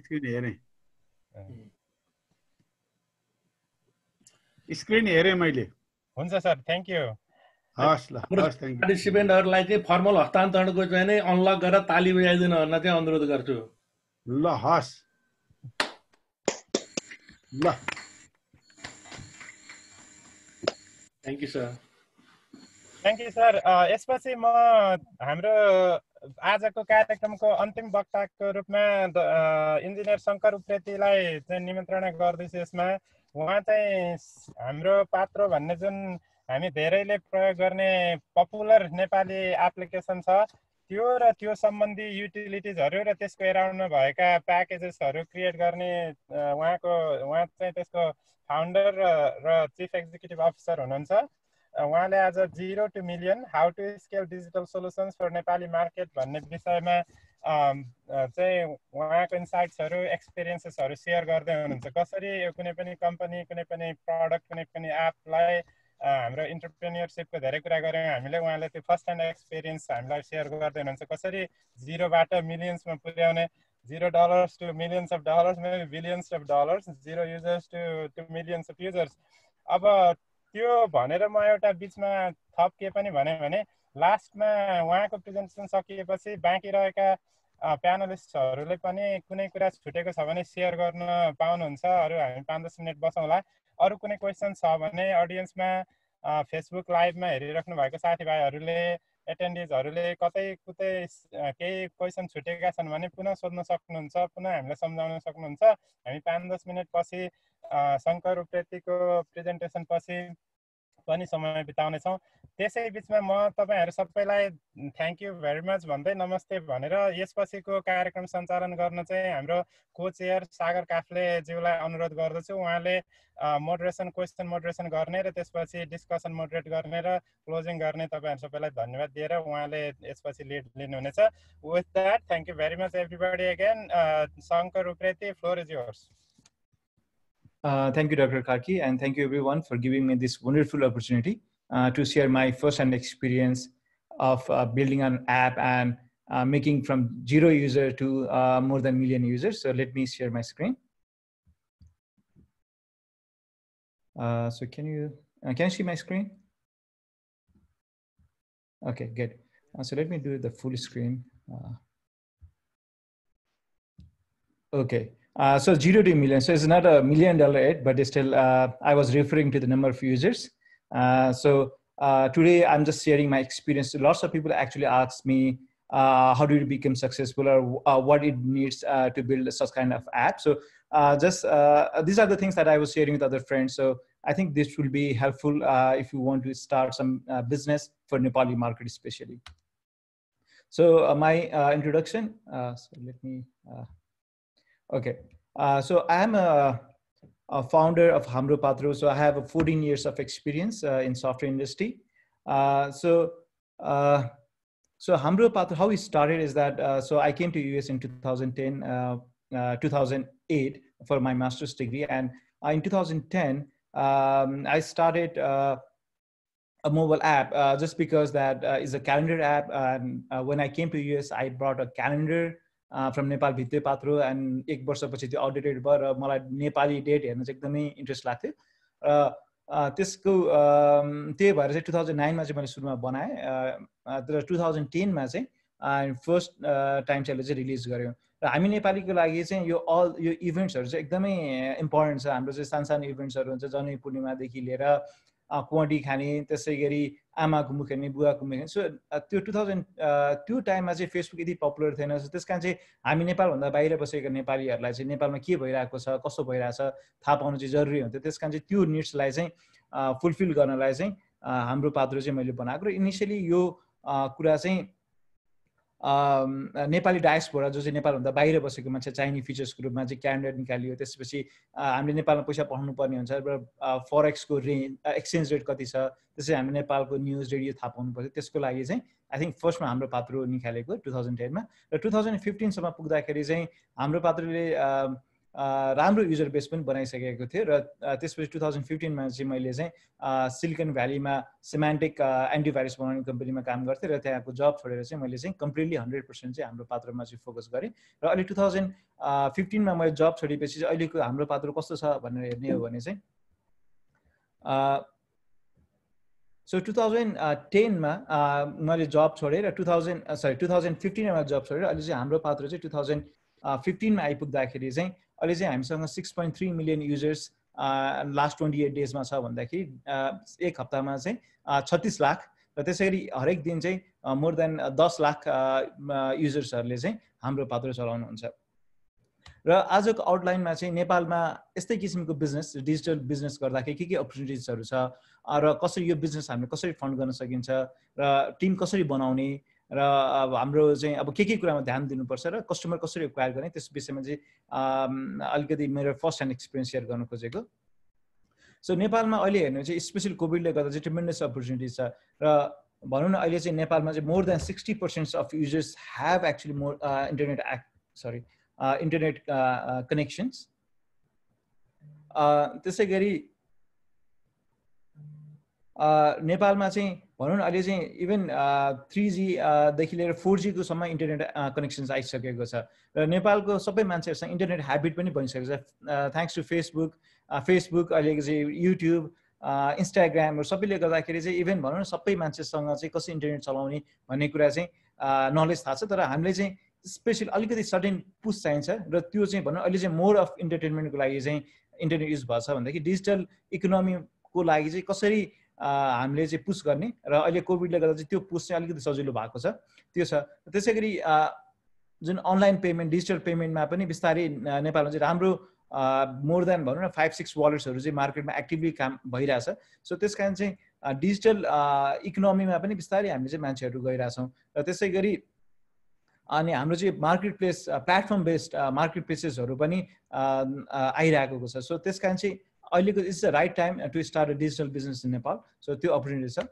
र अब त्यस्तो कम्पनीमा चाहिँ अब हामीले सुरु गर्न चाहिँ के चाहिन्छ भन्दाखेरि सो बेसिकली अहिले मैले हेरेकोमा चाहिँ दुई किसिमको फन्डिङ सोर्सेस, एउटा चाहिँ VC भेन्चर क्यापिटलिस्ट बेस्ड र फन्डिङ छ भने अर्को चाहिँ बुटस्ट्र्याप। र नेपालको कन्टेक्समा हेर्नु भने चाहिँ जस्तै यदि हामीले चाहिँ स्पेसली मैले चाहिँ स्पेसली हामी चाहिँ NRN जो चाहिँ नेपालभन्दा बाहिर हुनुहुन्छ उहाँहरूले चाहिँ नेपालको लागि चाहिँ यदि बिजनेस गर्न कस्तो गर्न सकिन्छ भन्नेको त्यसमा चाहिँ अलिकति बेस भएर गरिरहेको छु। अहिले चाहिँ VC फन्ड्सहरू पाउन चाहिँ अलिकति गाह्रो छ नेपालको लागि, किन भन्दाखेरि VC फन्ड्सहरूको जुनको टार्गेट ठुलो छ, उनीहरू चाहिँ ठुलो मार्केट हेरेर छ, उनीहरू चाहिँ कुनै पनि बिजनेस चाहिँ $100 million per year revenue generate गर्छ कि गर्दैन त्यसमा त्यो फोकस भएर गरिरहेको छ। र नेपालको मार्केट अलिकति सानो भएकोले चाहिँ सिधै हामीले कुनै पनि प्रोजेक्ट गर्नुभन्दा अगाडि VC फन्ड सिक गर्नु चाहिँ आई थिङ्क इज नट त्यति धेरै फ्रुटफुल हुँदैन जस्तो लाग्छ। त्यस कारण चाहिँ हामीले बुटस्ट्र्याप बेस्ड बिजनेस स्टार्ट गर्दा सजिलो हुन्छ। बुटस्ट्र्याप बिजनेसको लागि हामीले सो दुई तिनवटा तरिकाहरू छ। फर्स्ट इक्जाम्पल चाहिँ यदि हाम्रो चाहिँ सेकेन्डरी इन्कम छ अथवा चाहिँ सेकेन्ड इन्कम छ फ्यामिलीमा भने चाहिँ त्यो बिजनेस सुरु गर्न सजिलो हुन्छ। र अथवा अर्को चाहिँ हामीले सर्भिस बेस्ड बिजनेस सुरु गर्ने र आफ्नो प्रडक्टको लागि चाहिँ जुन हामीले सर्भिसेसहरू प्रोभाइड गर्छौँ त्यसबाट जेनेरेट भएको रेभेन्यू चाहिँ हामीले चाहिँ हाम्रो बिजनेसमा चाहिँ लगाउन सक्छौँ। सो अहिले चाहिँ सजिलो हाम्रो पात्रो पनि I think start with the bootstrap. मेरो अर्को जब थियो र मैले 9 to 5 अर्को जब गर्थेँ र त्योबाट बनाएको पैसाले चाहिँ हाम्रो पात्रो डेभलप गर्ने युज गरेँ। सो त्यसले गर्दाखेरि चाहिँ हाम्रो पात्रोलाई सजिलो भयो। त्यसै गरी हाम्रो पात्रोले अहिले पनि US कस्टमरको लागि चाहिँ प्रोजेक्ट्सहरू गरिरहेको छ र त्यसले गर्दाखेरि चाहिँ हाम्रो प्रडक्टलाई चाहिँ अझ डेभलप गर्न चाहिँ सजिलो भयो। सो अहिले चाहिँ सबभन्दा सजिलो भनेको चाहिँ यदि बुटस्ट्र्यापिङ गर्न सजिलो हुन्छ त्यो भयो भने चाहिँ हाम्रो आफ्नो प्रडक्टमा बढी फोकस गर्न पाउँछौँ। त्यसै गरी अर्को चाहिँ टिम कसरी बिल्डअप गर्ने भन्ने कुरा छ। सो जस्तै हाम्रो डिफ्रेन्ट आइडियाजहरू हुन्छ अनि डिफ्रेन्ट आइडियाज हुँदाखेरि चाहिँ टिम मेम्बरहरूले चाहिँ जुन सर्भिस हामीले प्रोभाइड गर्न खोजेका छौँ त्यो काम आफै गर्न सक्ने हुनुपर्छ जस्तो लाग्छ। फर इक्जाम्पल यदि हामीले टेक्निकल प्रडक्ट बनाउँछौँ भनेदेखि यदि फाउन्डर ले नै त्यो काम गर्न सक्यो भने चाहिँ हाम्रो चाहिँ मोर चिपर हुनसक्छ। अथवा चाहिँ यदि मेरो बिजनेस आइडिया छ एउटा IT बेस्ड सोल्युसनको आइडिया छ र मसँग चाहिँ यदि त्यो गर्न सक्ने भनौँ न कसरी गर्ने थाहा छैन भनेदेखि वी हेभ टु हायर को फाउन्डर जसले चाहिँ त्यो काम चाहिँ गर्न सकोस्। किन भन्दाखेरि अब कुनै हामीलाई आइडिया आयो त्यो चाहिँ मैले एक्सटर्नल कन्सल्टिङ अथवा अरूलाई चाहिँ प्रोजेक्ट बनाउन दिएर गर्न सकिन्छ भने चाहिँ आई थिङ्क त्यसले गर्दाखेरि चाहिँ हाम्रो इनिसियली चाहिँ हाम्रो आइडिया कम्प्लिटली चाहिँ 100% चाहिँ हाम्रो आइडिया चाहिँ एक्ज्याक्ट हुन सक्दैन र यदि हामीले एक्सटर्नल सर्भिसेसहरू हायर गऱ्यो भने चाहिँ त्यो चाहिँ एक्सपेन्सिभ हुनसक्छ। त्यस कारण चाहिँ फाउन्डिङ मेम्बरले नै जुन सोल्युसन बनाउन खोजिरहेको छ त्यो गर्न सक्यो भने चाहिँ सजिलो हुन्छ। अर्को चाहिँ यदि हामीले नेपालको लागि प्रडक्ट बनाउनु हुन्छ भन्दाखेरि नेपालमा चाहिँ अफिस चाहिँ हुन जरुरी छ। त्यो किन भन्दाखेरि हामीले नेपालकै जस्तै यहाँबाट हामीले सोच्दाखेरि नेपालको ग्राउन्ड स्ट्रक्चर चाहिँ डिफ्रेन्ट हुनसक्छ। त्यस कारण चाहिँ सकेसम्म चाँडै नै नेपाल अफिस खोल्नु जरुरी छ। नेपाल अफिस खोल्नु मतलब चाहिँ अहिलेको पेन्डेमिक टाइमलाई चाहिँ भर्चुअल टिम मेम्बर हायर गरेर भर्चुअल अफिस पनि गर्न सकिने भयो। र अर्को चाहिँ यदि हामीले प्रडक्ट बनाउँदैछ भने चाहिँ फुल टाइम मान्छे चाहिँ हायर गर्न जरुरी छ। सुरुमा इनिसियली चाहिँ वान अफ द मेरो प्रब्लम चाहिँ के थियो भन्दाखेरि मैले चाहिँ पार्ट टाइम मान्छेहरू हायर गरिरहेको थिएँ र पार्ट टाइम मान्छे डेभलपरहरू हायर गर्दा प्रब्लम के थियो भन्दाखेरि 100% चाहिँ कमिटेड नहुन सक्छ। त्यस कारण चाहिँ मेरो आफ्नो पर्सनल एक्सपिरियन्सले चाहिँ भर्चुअल टिम हायर गर्ने र फुल टाइम हायर गर्ने। र अर्को एउटा च्यालेन्ज चाहिँ के छ भन्दाखेरि नेपालमा ट्यालेन्ट पुलहरू हायर गर्न गाह्रो छ। किन भन्दाखेरि नेपालमा लिमिटेड ट्यालेन्टहरू छ र नेपालमा चाहिँ म्याक्सिमम चाहिँ भनौँ न फरेन कम्पनीहरू छ जसले चाहिँ बाहिरको लागि प्रडक्ट बनाउँछ र उनीहरूले चाहिँ मार्केट उनीहरूको सेयर राम्रो हुन्छ र उनीहरूको चाहिँ बढी पे गर्न सक्छ। त्यस कारण चाहिँ हाम्रो एउटा च्यालेन्ज चाहिँ के हुनसक्छ भन्दाखेरि चाहिँ राइट ट्यालेन्टहरूलाई हायर गर्ने चाहिँ हुन्छ। त्यस कारण चाहिँ मेरो एक्सपिरियन्समा चाहिँ त्यसको लागि चाहिँ हामीले चाहिँ मार्केट रेट भन्दा चाहिँ अलिकति हायर एमाउन्ट चाहिँ हामीले चाहिँ अफर गऱ्यो भने चाहिँ राम्रो ट्यालेन्ट्सहरू लाग्न सक्छ। र टिम नै हो खास भन्यो भने कुनै पनि यदि IT बेस्ड बिजनेसमा चाहिँ सबभन्दा हाम्रो मेन एसेट्स भनेकै टिम हो।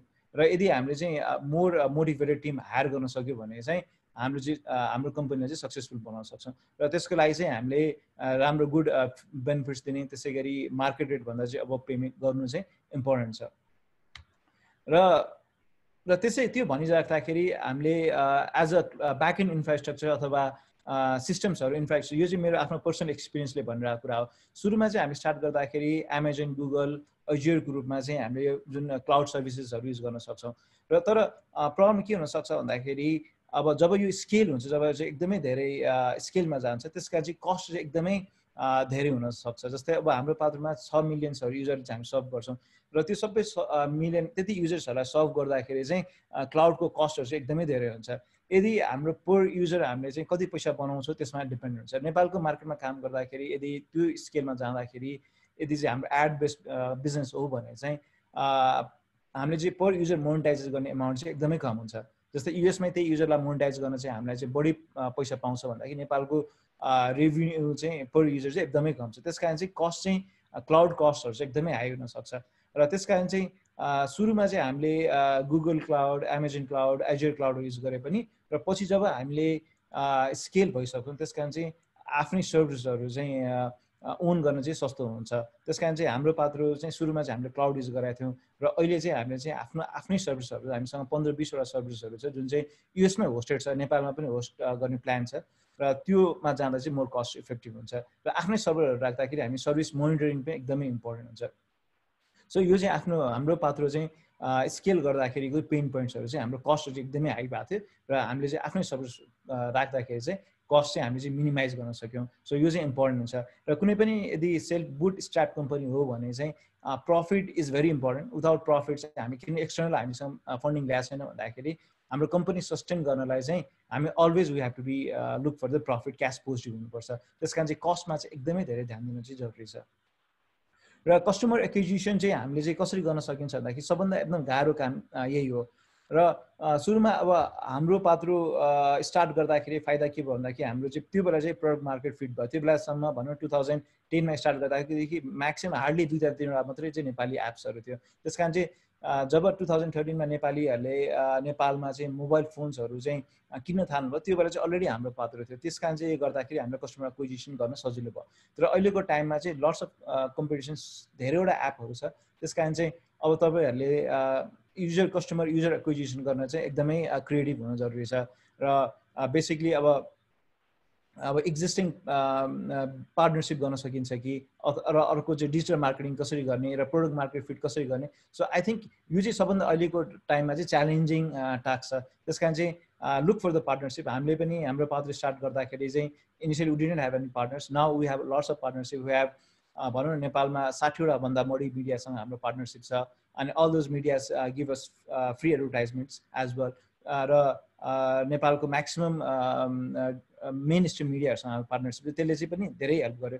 So look for the partnership, त्यो चाहिँ इम्पोर्टेन्ट छ। डिजिटल मार्केटिङ अहिले चाहिँ नेपालमा फेसबुक मार्केटिङ एकदमै पपुलर भइरहेछ र त्यो चाहिँ सस्तो पनि छ अनि एड बेस्ड मार्केटिङ त्यो पनि इम्पोर्टेन्ट छ र कुनै पनि प्रडक्ट बनाउँदाखेरि चाहिँ प्रोडक्ट मार्केट फिट पनि हेर्नुपर्छ। हाम्रो जो प्रडक्ट बनाइरहेछौँ त्यो प्रडक्ट चाहिँ साँच्चीकै युजफुल छ कि छैन हाम्रो मार्केटलाई, त्यो कुरा चाहिँ थाहा हुन्छ। प्रोडक्ट मार्केट फिट चाहिँ हामीलाई थाहा भइहाल्छ यदि मान्छेले चाहिँ इनफ फिडब्याक्सहरू पाउनु थाल्नुभयो भने चाहिँ हामीले चाहिँ कस्टमरको चाहिँ अथवा युजरको चाहिँ पेन पोइन्ट्सहरू चाहिँ यदि हामीले क्याप्चर गर्न सक्यो भने चाहिँ अनि हामीले चाहिँ चाँडै चाहिँ त्यसको चाहिँ रिजल्ट्सहरू देख्छौँ। र नेपालमा स्टिल च्यालेन्जेसहरू चाहिँ स्टिल छ। जस्तै डिजिटल पेमेन्टको कुरा मैले गरेको थिएँ, डिजिटल पेमेन्ट त छ तर स्टिल मास एडप्सन छैन। भनौँ न काठमाडौँमा लिमिटेड मान्छेहरूले चाहिँ युज गर्नुहुन्छ भन्दाखेरि स्टिल अहिले पनि मेरो बुवा आमाहरूले चाहिँ डिजिटल पेमेन्ट्स चाहिँ युज गरेको मलाई थाहा छैन र उहाँहरूलाई चाहिँ स्टिल अझ गाह्रो हुन्छ। सो अहिलेको राम्रो के छ भन्दाखेरि एटलिस्ट कोभिडले सिचुएसनमा चाहिँ everyone knows about digital payments, online marketing, online shopping. त्यो गर्दाखेरि राम्रो चाहिँ भएको छ। त स्टिल यिनीहरू चाहिँ हाम्रो चाहिँ मेजर च्यालेन्जेस हो र बेसिकली त्यस कारण चाहिँ यो अहिलेको चाहिँ अर्को चाहिँ ट्रस्ट चाहिँ एकदमै प्रब्लम छ। र ट्रस्ट चाहिँ किन छ भन्दाखेरि कुनै पनि डिजिटल अनलाइन पेमेन्ट इ कमर्समा हेर्दाखेरि चाहिँ भनौँ न हामीले चाहिँ 100 रुपियाँ भने हुन्छ त्यसै डिस्काउन्ट भनेर चाहिँ 50 रुपियाँमा बेचिरहेको हुन्छ र तर त्यही सामान मार्केटमा चाहिँ गयो भने चाहिँ 20 रुपियाँमा पाउने। त्यो गर्दाखेरि चाहिँ अनलाइन चाहिँ एकदम एक्सपेन्सिभ छ भन्ने चाहिँ कन्सेप्ट छ। सो त्यस कारण यो कन्सेप्ट्सहरू चाहिँ कस्टमर ट्रस्टहरू र लाई चाहिँ हामीले चाहिँ कसरी ह्यान्डल गर्ने त्यो चाहिँ च्यालेन्ज छ नेपालको डिजिटल इकोनोमीको लागि। र यही भन्दै लट्स अफ च्यालेन्जेस तर हरेक च्यालेन्जेसले चाहिँ नयाँ अपर्च्युनिटी दिन्छ। So if you want to do anything for Nepali market please let us know. So it was a very short presentation from me. So any questions you can just add me in LinkedIn and everything. So that's going to be my presentation. Thank you. Thank you engineer Shankar उप्रेतीजी। यहाँले चाहिँ अहिले यो हाम्रो पात्रको चाहिँ handsome experience share गर्नुभएकोमा र हाम्रो पात्रले चाहिँ एउटा यस्तो पनि परिवेश चाहिँ सिर्जना गरेको छ कि पहिले चाहिँ तिथिमिथिहरू पत्ता लगाउनु पर्दाखेरि चाहिँ हामीहरू चाहिँ बुवा हजुरबाहरूलाई सोध्थ्यौँ भने चाहिँ अब चाहिँ बुवा हजुरबाहरूलाई चाहिँ हाम्रो पात्र युजर्स होइन हामी जस्तो छोरा नातिहरूलाई चाहिँ आज के रहेछ तिथि हेर्दैन भन्ने पनि अवस्था सिर्जना गर्न चाहिँ तपाईँको यो एपले चाहिँ एकदमै ठुलो महत्त्वपूर्ण योगदान दिएको छ। मैले हजुरलाई एकदमै धन्यवाद व्यक्त गर्न चाहेँ यहाँनिर आएर आफ्नो एक्सपिरियन्स सेयर गर्नुभएकोमा।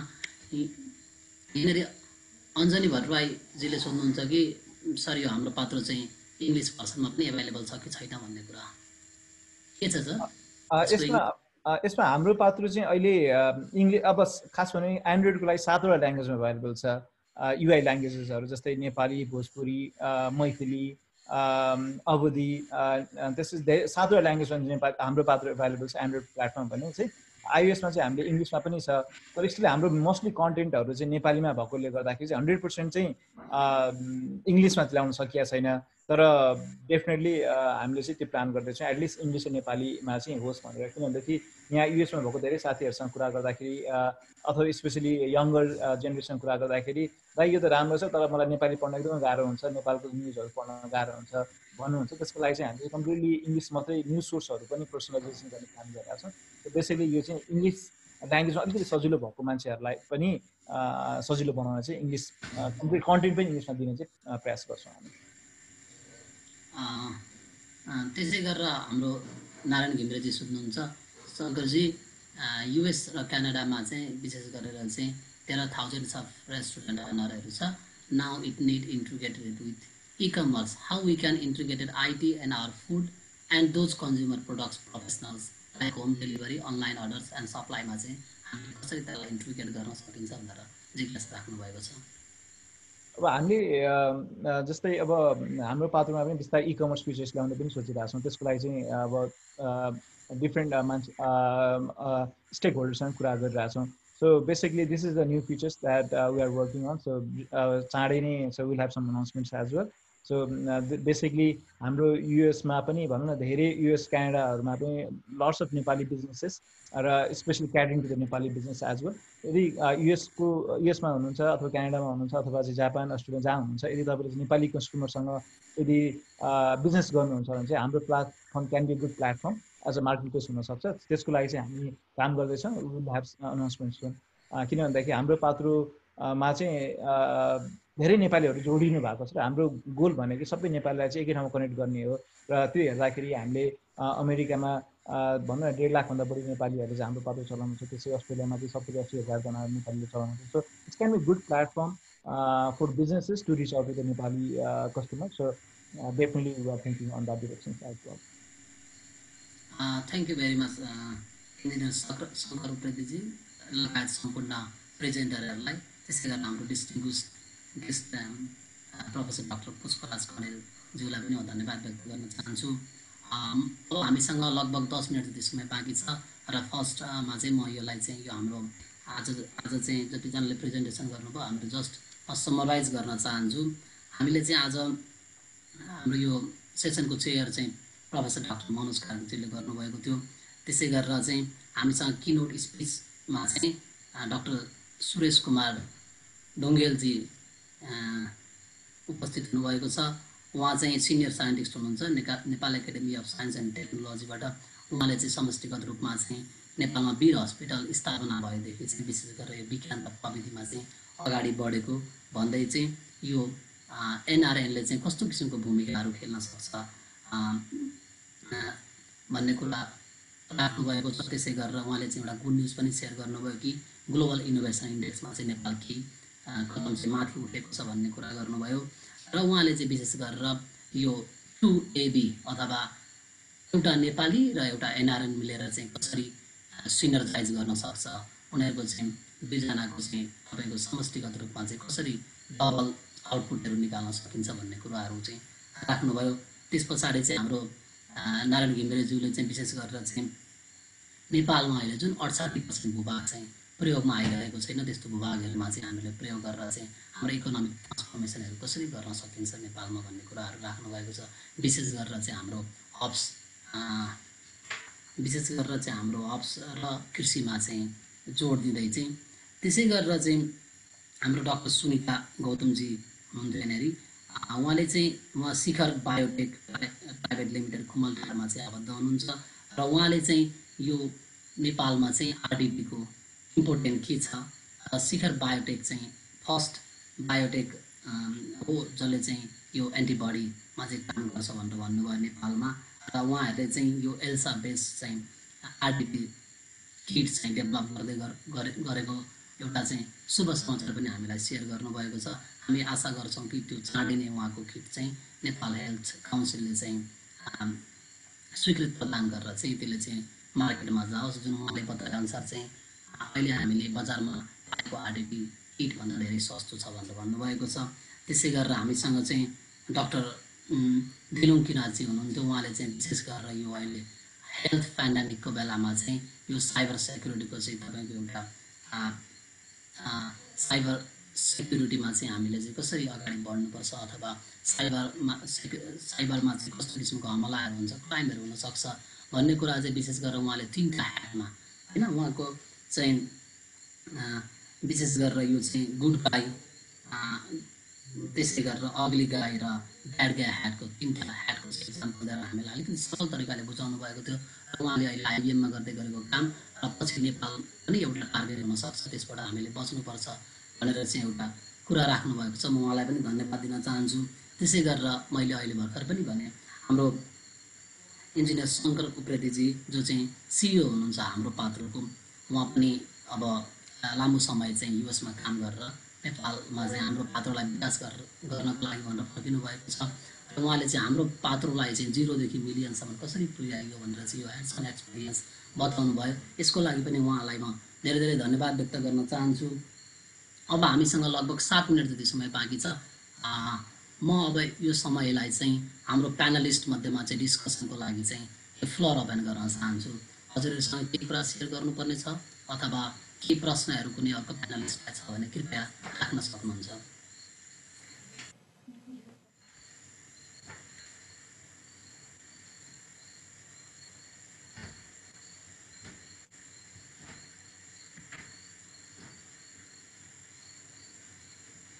नारायण सरले चाहिँ एकदम राम्रो प्रेजेन्टेसन दिनुभयो, लट्स अफ अपर्च्युनिटिज जडीबुटीहरूमा भनेर भन्नुभयो होइन।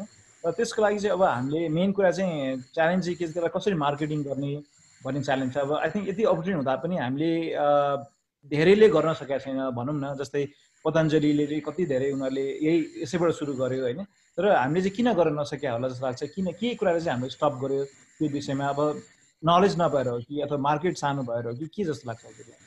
होइन, त्यो चाहिँ के हो भने यदि इकोनोमी हेर्नुहुन्छ भने पर्चेसिङ क्यापाबिलिटी अमेरिकन र क्यानेडियनहरूको भन्दा नेपालीहरूको धेरै छ। यदि तपाईँले नेपाल मुलुक गरिब हो तर यदि तपाईँ त डाटामा खेल्ने मान्छे होइन, इन्डिभिजुअल ब्याङ्कमा सेभिङ हेर्नुहुन्छ भने एभरेज अमेरिकन र एभरेज चाहिँ क्यानेडियनको भन्दा हामी नेपालीहरूको हाई छ। त्यो कुरा चाहिँ हामीले बुझ्नुपर्छ। रियालिटी के हो भने सर, हामी जे पनि खेती गर्ने बित्तिकै चाहिँ हामी चाहिँ विदेश एक्सपोर्ट गर्ने भएर गर्छौँ। तर हामी के गर्छौँ भने हामी चाहिँ विदेशको त्यही कोला छ नि। हाम्रो नेपालमा अहिले के छ भने इनोभेसनको नाममा डुप्लिकेसन चलेको छ। एउटा त्यो इनोभेसन होइन। अनि दोस्रो कुरा के भएको हो भने आज हामी चाहिँ नि नेपालमा चाहिँ मानव चाहिँ अब जिन्जर लिएर आएर हामी चाहिँ कोला ड्रिङ्क चाहिँ नि हामी यहाँबाट लैजान्छौँ अथवा चाहिँ ओरेन्ज ड्रिङ्क यहाँबाट लैजान्छौँ। तर हाम्रो चाहिँ कोला ड्रिङ्क चाहिँ एक्सपोर्ट गर्न चाहन्छौँ, जिन्जर चाहिँ एक्सपोर्ट गर्न चाहन्छौँ, सिनामन एक्सपोर्ट गर्न चाहन्छौँ। हामीले हाम्रो कहाँनिर चाहिँ एकदम ब्ल्यान्ड आइछ भने हाम्रै गाउँमा हाम्रै छेउमा चाहिँ एकजना साइलाले चाहिँ जुन एउटा ऊ खाइरहेको छ, कोला खाइरहेको छ, मोही खाइरहेको छ, ऊ आफ्नो कस्टमर हो नि, इन कस्टमर। तर चाहिँ हामी चाहिँ हामीलाई आइडिया नै नभएको अमेरिका, क्यानाडा, युरोपको कस्टमर खोज्छौँ होइन। एउटा चाहिँ हाम्रो रिस्की बिजनेस छ। अनि यदि तपाईँले चाहिँ इनोभेसनको बिजनेसमा एज अ मैले चाहिँ क्यानाडामा बसेर 13 वर्ष इनोभेसन फिल्डमा काम गर्दाखेरि हामी जतिसुकै पैसा भए पनि जबसम्म मेरो टोटल के अरे मेरो चाहिँ टोटल डोमेस्टिक मार्केटको 10% भन्दा माथि मैले कहिले पनि एक्सपोर्ट गर्दिनँ। अथवा चाहिँ ब्रेक इभन पोइन्टको 10% अथवा 20% माथि गएपछि त्यसको बल्ल 60% मात्रै डोमेस्टिक प्रडक्टबाट पछि गर्छु भने त्यो छैन। अनि दोस्रो हाम्रो प्रब्लम के छ भने हामीसँग पतञ्जलि जस्तो बिजनेस हामीले गरेर नेपालमा पनि छ त्यो होइन। पतञ्जलिको प्रब्लम नि के हो भने र मेटेरियल ल्याउँछ, उसले फिनिस प्रोडक्ट बनाउँछ, तर त्यसलाई चाहिने जुन चाहिँ हाई लेभलको एक्सट्र्याक्टहरू छ नि उसले पनि अमेरिका र चाहिँ नि के अरे क्यानाडामै भर परेको छ। इभन चाइनाले पनि त्यो एक्सट्र्याक्टहरू गर्छ। हामीले भनेको के हो भने नेपालमा चाहिँ तीनटा कुराहरूको चाहिँ नि एकदमै चाहिँ प्रब्लम। एउटा कुरो चाहिँ हामीले हाम्रो बजार रिप्लेस गर्ने नखोजिकन हामीले चाहिँ के अरे अदुवा बनाएर चाहिँ एक्सपोर्ट, म नेपाल जाने बित्तिकै तपाईँ कति क्विन्टल एक्सपोर्ट किन्नुहुन्छ, अथवा मैले तपाईँले चाहिँ यति चाहिँ क्विन्टल चाहिँ के अरे स्पाइसेस श्रीलङ्काबाट किन्नुहुन्छ, तपाईँहरू सबैभन्दा ठुलो चाहिँ बायर। नेपालको चाहिँ किन किन्नुहुन्न, तपाईँको किनेको 10 भाग पनि छैन भन्छ होइन। तर नेपालको चाहिँ तपाईँले कार्डामम एकदमै सस्तोमा चाहिँ क्यानाडा एक्सपोर्ट गर्ने होइन कि, त्यही कार्डामम खेती गर्यो, त्यसलाई सुकायो, त्यसलाई चाहिँ अनि एक्सट्र्याक्ट गर्यो, एक्सट्र्याक्ट गरेर तपाईँले फिनिस बडी अफ नलेज लगाएर त्यही नै चाहिँ उमा हाल्ने चाहिँ केकदेखि लिएर फुडदेखि लिएर कस्मेटिकमा हाल्ने चाहिँ जुन एउटा बिचको टेक्नोलोजी हो नि, त्यो टेक्नोलोजी ग्यापमा अब हामी के भएको छ, एभ्री फिल्डमा चाहिँ हाम्रो डायस्पोरामै सबै फिल्डमा एक्सपर्टिज भएको साइन्टिस्टहरू हामीसँग छ अहिले। तर नेपालमा कस्तो छ भने जस्तै सुरेश सरले भन्नु, हामीले इनोभेसनको नाममा चाहिँ सबै एकाडेमिक, यदि अहिले यदि तपाईँले संसारकै हेर्नुभयो भने यदि तपाईँले अहिले हामी पब्लिक प्राइभेट पार्टनरसिप मोडल भन्छौँ, पब्लिक प्राइभेट पार्टनरसिप मोडलको 1 लाख रुपियाँ चाहिँ खर्च हुने के अरे यदि आम्दानी छ भने त्यसले 10 to 20 मिलियनको चाहिँ कमर्सियलाइजेसन कस्ट छ। त्यही पनि त्यसले चाहिँ तपाईँलाई मार्केट ग्यारेन्टी गर्छ भन्ने चाहिँ सम्भावना ग्यारेन्टी छैन। त्यो भएर हामीले के त भने हामी रिसर्च भनेपछि एकदमै ठुलो चाहिँ खर्चको रिसर्च गर्छौँ, तर हामी एक्सटेन्सन रिसर्च हामीले आफ्नै चाहिँ जे नलेज छ त्यसलाई चाहिँ एक्सटेन्सन रिसर्च गर्नेतिर पनि हाम्रो पोलिसीहरू छैन। अनि दोस्रो कुरो के छैन भने, अनि जस्तै आज मैले यदि चाहिँ मैले एउटा आरएनडीको स्टाफ हायर गरेँ, आरएनडीको स्टाफ हायर गरेर यदि मैले चाहिँ आरएनडी गरेँ भने मेरो के अरे 85% मेरो रियल आरएनडी कस्ट चाहिँ गभर्मेन्टले तिर्छ।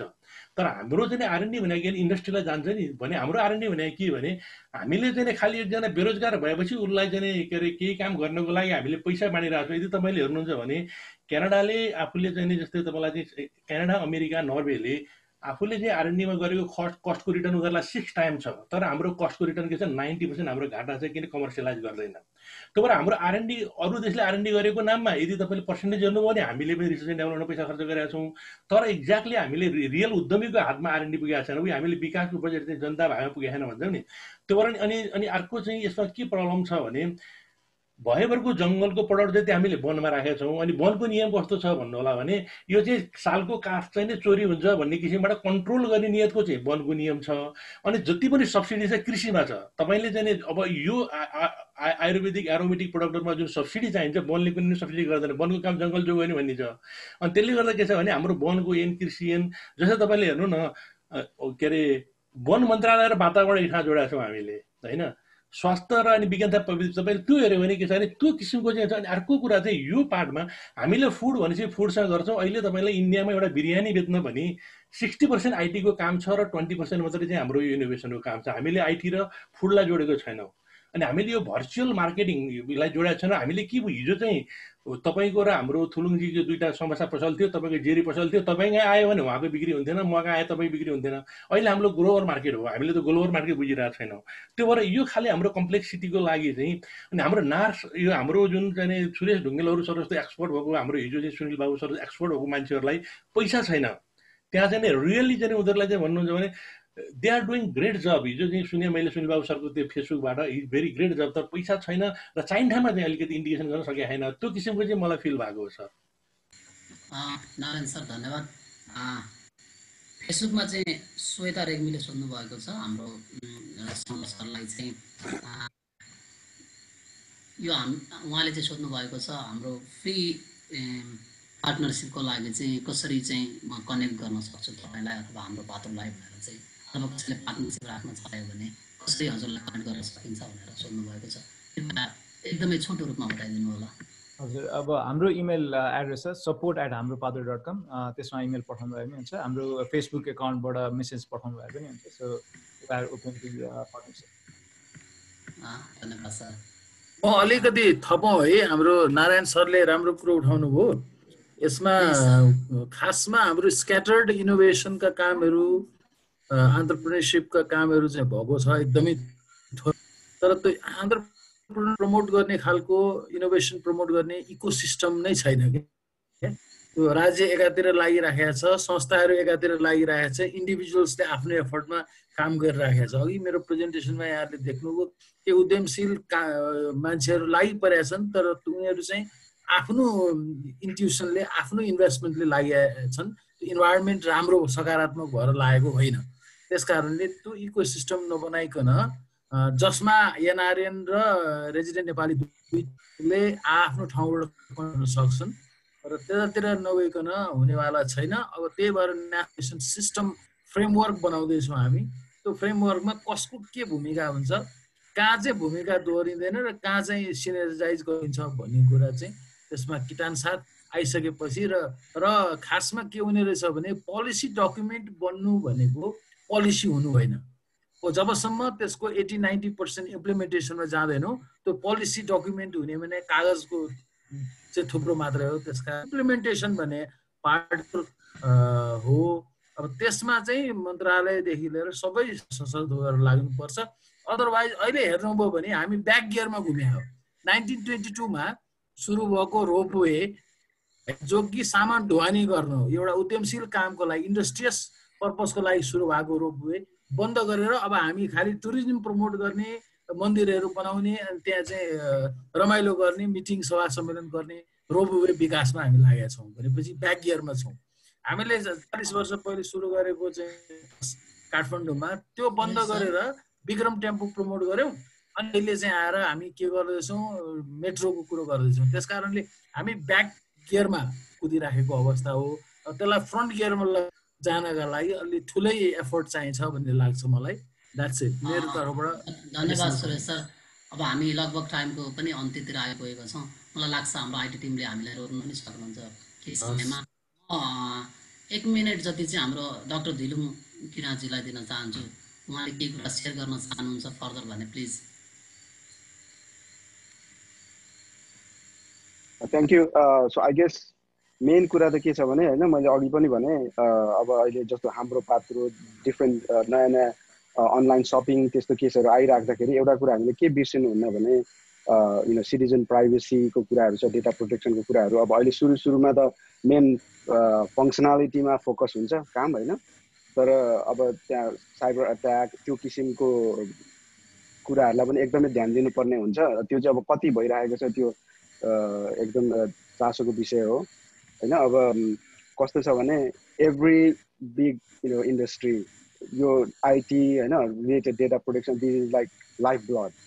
अनि यसको हेल्थ पनि धेरै धेरै इम्पोर्टेन्ट छ। As I mention earlier nation स्टेटको हेल्थ पनि यसमा धेरै जोडेको हुनसक्छ होइन। अनि त्यो लेभलको अब अहिले कुराहरू आउँदाखेरि इम्प्लिमेन्टेसन लेभलमा चाहिँ धेरै पहिलादेखि नै यो डेटा प्रोटेक्सन अनेक थरी कुराहरू चाहिँ भइरहेको थियो, तर maybe it's only in the paper level but not in the actual implementation level. Maybe that's the problem we are facing. यति नै हो। धन्यवाद डाक्टर धिलुङजी। अब हाम्रो लास्टमा चाहिँ मणि नेपालीजीले चाहिँ ह्यान्ड रेज गरिराख्नु भएको छ। कृपया एकदमै छोटो रूपमा हजुरको जिज्ञासा के कुरा भन्नुपर्ने छ प्लिज। नमस्कार, सुन्नुहुन्छ? मेरो नाम मणि नेपाली, म युएसए को क्यालिफोर्नियामा बस्छु र मलाई यो प्रेजेन्टेसन सबै साइन्टिस्टहरू र डाक्टर साहबहरूको धेरै राम्रो लाग्यो। र एउटा मेरो यो पर्टिकुलरली डाक्टर घिम्रेलाई क्वेसन भए पनि यो सबैलाई जान्छ र त्यसबाट म एकदमै इन्करेज भएँ कि उहाँले जुन एउटा लोकल वनस्पतिहरूको कुरो गर्नुभयो, प्लान्ट्सहरूको, के त्यो कुरो हामीले एउटा कोअर्डिनेट गरेर एउटा ग्रुप बनाएर किसानहरूलाई ट्रेनिङ दिएर अनि त्यसको चाहिँ मार्केटिङ गर्न सम्भव छ कि छैन, त्यो बारेमा तपाईँहरूले केही गरिसक्नु भएको छ कि गर्ने प्लानमा हुनुहुन्छ कि गर्ने सम्भावना छ कि छैन, त्यो मेरो जिज्ञासा। धन्यवाद मणि नेपालीज्यू। कृपया हाम्रो नारायण घिमिरे सरलाई चाहिँ यसको मणि सर हजुरलाई नमस्कार। सँगसँगै हामीहरू यो कार्यक्रम पनि अन्त्य गर्छौँ। मणि सर नमस्कार। सबभन्दा पहिला चाहिँ म डक्टर होइन, म साइन्टिस्ट हो र चाहिँ नि मैले पिएचडी गरेको छैन। अनि म फुड साइन्टिस्ट हो, फ्लेभरिस्ट हो र लिन सिक्सिङमा मास्टर ब्ल्याक बेल्ट हो। हजुरले जे भन्नुभएको छ नि अघि शङ्करजीले को ठ्याक्कै स्टाइलमा छौँ हामी। शङ्करजीले जति बेला हाम्रो पात्रो 0 मा हुनुहुन्थ्यो र आज चाहिँ 6 कति मिलियनमा पुग्नु भएको छ। आज हामीले क्यानाडाबाट के गरिरहेछौँ भने जति पनि यो सेक्टरमा काम गर्न चाहने साथीहरूलाई चाहिँ हामीले चाहिँ जुमबाट फ्रिली शनिबार र स्याटरडे र शनिबार आइतबार चाहिँ हाम्रो चाहिँ यहाँ बिदा पर्छ, राति पर्छ, हाम्रो समय हुन्छ र त्यहाँलाई चाहिँ हामीले त्यसरी टेक्नोलोजी ट्रान्सफर गरेर जस्तै अघि मैले भने महावीर पुन दाईकोमा नै हामीले नेपालको चाहिँ नि र मेटेरियलबाट कोला ड्रिङ्कहरू डेभलप गरेका छौँ। त्यस्तै अनि 2-3वटा आयुर्वेदिक कम्पनीहरूसँग हामीले आयुर्वेदिक चाहिँ फर्मुलेसन डेभलप गरेका छौँ, साबुनहरू डेभलप गरेका छौँ। अस्ति हनीको बारेमा कुरा भएको थियो, अहिले गाँजा र मरिवानाको कुरा आछ, त्यसमा पनि हामी काम गरेका छौँ। त्यसरी हामीले भोलिन्टियरमा चाहिँ हामीले जुटेका छौँ। कोही साथीहरूले युनिभर्सिटीमा जुट्नु भएको छ, अनि कोही साथीहरूले चाहिँ टेक्निकल करिकुलम बनाउन जुट्नु भएको छ। अहिले हामीलाई के आएको छ भने धनकुटामा आज हामी चाहिँ नि कस्टार्ड पुडिङ पढाइरहेछौँ। अनि त्यो हामीले चाहिँ हाम्रो विद्यार्थीहरूलाई कस्टार्ड पुडिङ बनायो भने ऊ एकदमै योग्य भयो भने कस्टार्ड पनि र चाहिँ कोका पनि उसले विदेशी प्रयोग गर्छ, नेपालको चाहिँ प्रयोग गर्दैन। त्यो भएर कस्टार्ड पुडिङलाई कसरी अलैँचीबाट गर्ने, कसरी तितोपातीबाट चाहिँ एङ्गुस्ट्रा बिटर बनाउने, कसरी चाहिँ त्यो हाम्रो चाहिँ उसलाई त्यो करिकुलमै छैन र अनि एकजना साथीहरू करिकुलम बनाउने भन्ने कुरा छ। अनि हजुरलाई चाहिँ एउटा के चाहिँ जानकारी होस् भने हाम्रो सुरेश कुमार ढुङ्गेलजी यो फिल्डमा एकदमै देशली लाग्नु भएको छ। त्यो भएर अनि उहाँलाई हामीले चाहिँ बोलाएको हो र यो प्लानिङमा धेरै ठाउँमा लाग्नु भएको छ र हामीले भोलिन्टियर लेभलमा गरेका छौँ र नेपाल सरकारलाई हामीले पटक पटक भनेका छौँ। तर यो कुरा के छ भने एनआरएनको पनि मिटिङको नाममा मिटिङै सबै सम्मेलनहरू अहिलेसम्म सिद्धिएका हुन्, तपाईँलाई थाहा नै छ। र हामी सरकारको पनि अस्तव्यस्तता छ, तपाईँ हाम्रो पनि अस्तव्यस्त छ, हाम्रो पनि भोलिन्टियर जब हो। त्यसले गर्दाखेरि चाहिँ हामी चाहिँ नि के अरे हजुरले भन्नुहुन्छ भने सिग्निफिकेन्टली केही गरेका छैनौँ, हल्ला बेसरी गरेका छौँ, जसले गर्दा नेपाल सरकारको पनि पोलिसीमा इम्प्याक्ट चाहिँ गरेको छ सर। र बिलिभ गर्नुहोस्, तपाईँ हामीले केही गर्न सकेनौँ भने पनि तपाईँ हामीले बनाएको आवाजले हाम्रो युवा पुस्ताले सुन्छ र युवा पुस्ताले चाहिँ कुनै चाहिँ कसैलाई पर्खँदैन, उद्यमशीलता हुन्छ र पैसा आउँछ र त्यसले आफ्नो चाहिँ इनोभेसन हुन्छ भने इनोभेसन भनेको आवश्यकता पूर्तिले दोहोऱ्याउँछ सर। त्यो भएर हामी त्यो कुरामा बिलिभ गरौँ, वी विल बी सक्सेसफुल। धेरै धन्यवाद, धेरै धन्यवाद। धेरै धन्यवाद हाम्रो मनिजी र हाम्रो नारायण घिमिरेज्यूलाई। अब हामी म यसको लागि पनि क्षमायाचना गर्न चाहन्छु कि लगभग हामीले 8 मिनट जति बढी समय लिएको छौँ। हामीले 11 बजे नेपाली टाइममा चाहिँ सक्नुपर्ने थियो, अहिले 11 बजेर 8 मिनट गएको छ। म हाम्रो यो innovation, entrepreneurship and technology and knowledge सेयरिङको चाहिँ चेयर गर्नुभएको प्रोफेसर डाक्टर मनोज कार्की, त्यस्तै गरेर distinguished guest speaker vice chairman national planning कमिसनको प्रोफेसर डाक्टर पुष्पराज कण्डेल, त्यसै गरेर किनोट स्पिचमा आउनुभएको डाक्टर सुरेश कुमार ढुङ्गेल, त्यसै गरेर हाम्रो स्पिकरहरू नारायण घिमिरे, डाक्टर सुनिता गौतम, डाक्टर दोलिङ किरात, त्यसै गरेर इन्जिनियर शङ्कर उप्रेती लगायत सम्पूर्ण टेक्निकल टिमहरूलाई चाहिँ म धन्यवाद ज्ञापन गर्न चाहन्छु। हाम्रो सम्पूर्ण एटेन्डेन्सहरू जो चाहिँ हामीलाई चाहिँ जुमबाट र फेसबुकबाट सुन्नुभयो, उहाँहरूलाई पनि धन्यवाद व्यक्त गर्न चाहन्छु। त्यसै गरेर चाहिँ एनआरएनए क्यानाडाले चाहिँ मलाई चाहिँ उहाँहरूको यो अभियानमा चाहिँ समावेश गरेकोमा धन्यवाद व्यक्त गर्न चाहन्छु र अब टेक्निकल टिमलाई मैले यो ह्यान्डओभर गर्न चाहेँ। Thank you very much, good night and good morning. Good night. Thank you very much. कार्यक्रम एकदम राम्रो भयो, it was wonderful. Thank you very much. अनि यो मटेरियलहरू तपाईहरुले जुन देखाउनु भएको छ यो यसमै शेयर गरिदिनु भयो भने it will be really good help for all of us. Thank you very much. It was a really wonderful meeting. Thank you. धन्यवाद सुरेश कुमार ढुङ्गेल सर, आइदिनु भयो, धेरै खुसी छौं। हामी यसबाट एक्जिट हुन सक्छौं। मैले म्युट गर्छु। मैले एन्ड गरे meeting. Thank you sir, thank you.